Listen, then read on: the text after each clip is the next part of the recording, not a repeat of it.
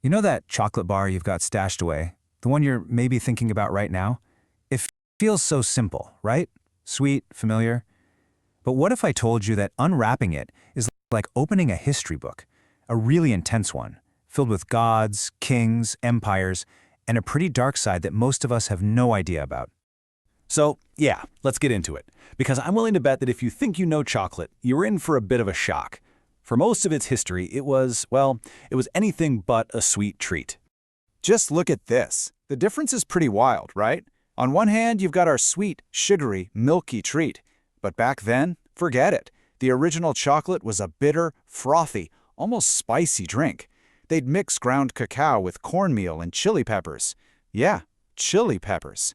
It's a completely different world from what we think of as chocolate today. So let's rewind the clock, way back. To figure out how we got from that spicy, bitter drink to this global obsession, we gotta go to ancient Mesoamerica. I mean, think about this. For over 3,000 years, chocolate was a secret that basically belonged to this one part of the world. We're talking as far back as 1900 BCE. People there had figured out how to use the beans from the cacao tree, but let me tell you, it was not for dessert. And that's because for cultures like the Maya and the Aztecs, cacao wasn't just some plant you find in the forest. Nope, it was considered divine, literally food of the gods. Yeah, they truly believed that cacao was a gift from the heavens, that it was brought to humans by this incredible feathered serpent god, Quetzalcoatl. Can you imagine that? A food so important, so revered, that you think a god hand-delivered it. That's the kind of status we're talking about here. And this is where it gets really fascinating. It shows just how central cacao was to their entire society. I mean, they didn't just drink it. They used the beans as money. You could actually go out and buy stuff with them. It was served at royal feasts, given to soldiers as a reward for being awesome in battle, and it was a key part of their most sacred religious rituals. This was so much more than just a food. So, the big question is, how did this sacred, bitter drink jump across the entire Atlantic Ocean and basically conquer a whole new continent? Well, as you might guess, that story starts with the Spanish conquistadors. Okay, so here's how it went down. In 1519, you've got Hernán Cortés, and he sees the Aztec emperor Moctezuma drinking this stuff. The Spanish bring the beans back to Europe, but at first, they're not quite sure what to do with it. They actually used it as a medicine for things like an upset stomach. But then, someone had the brilliant idea to add sugar and honey, and bam, everything changed. Suddenly, this bitter medicine turns into this super fashionable, super exclusive drink. It became a huge status symbol for the European aristocracy. But, and this is a huge but, this new European obsession came at a horrific price. To keep up with the demand, they needed huge plantations to grow all this cacao, and those plantations were worked by enslaved people. The sweetness that the European elite were enjoying was built on an absolutely brutal foundation of human suffering. So for hundreds of years, chocolate was still this luxury drink, something only the rich could afford.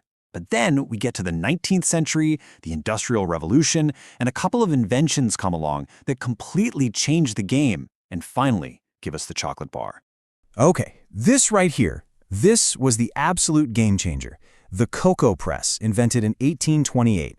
What it did was it allowed someone to press the cacao beans and separate the natural fat, what we call cocoa butter, from the rest of the bean.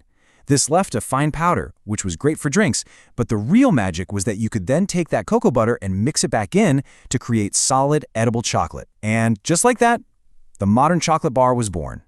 But wait, there's more. The next big leap forward comes from a Swiss chocolatier, Daniel Peter.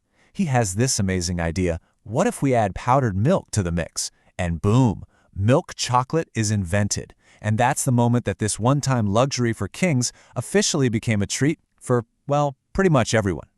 But as demand for chocolate just exploded all over the globe, that dark history of exploitation, well, it didn't go away. It just moved. See, cacao trees are picky. They only grow in a narrow band around the equator. And to feed this massive worldwide appetite for chocolate, the center of production shifted from the Americas all the way over to West Africa. And the scale of this is just incredible. Today, West Africa is basically the heart of the entire global cocoa industry. In fact, a single country, Côte d'Ivoire, grows 40%. That's almost half of the entire world's supply of cocoa. And here is the really difficult part. Unfortunately, the industry's history seems to be repeating itself. It's estimated that over 2 million children are caught up in slave and child labor on cocoa farms in West Africa, farms that supply many of the major chocolate companies we all know. And I want to be clear, this is not some simple problem with an easy solution. It's an incredibly complex issue that's still going on right now, even though many of the big chocolate companies say they're trying to work with local governments to stop these practices. So that brings us right back to where we started. From a gift from the gods to a luxury for kings, and now a treat for all of us that's still shadowed by a really dark history. It kind of makes you think, doesn't it? The next time you unwrap a chocolate bar, what is the story you're really holding in your hands?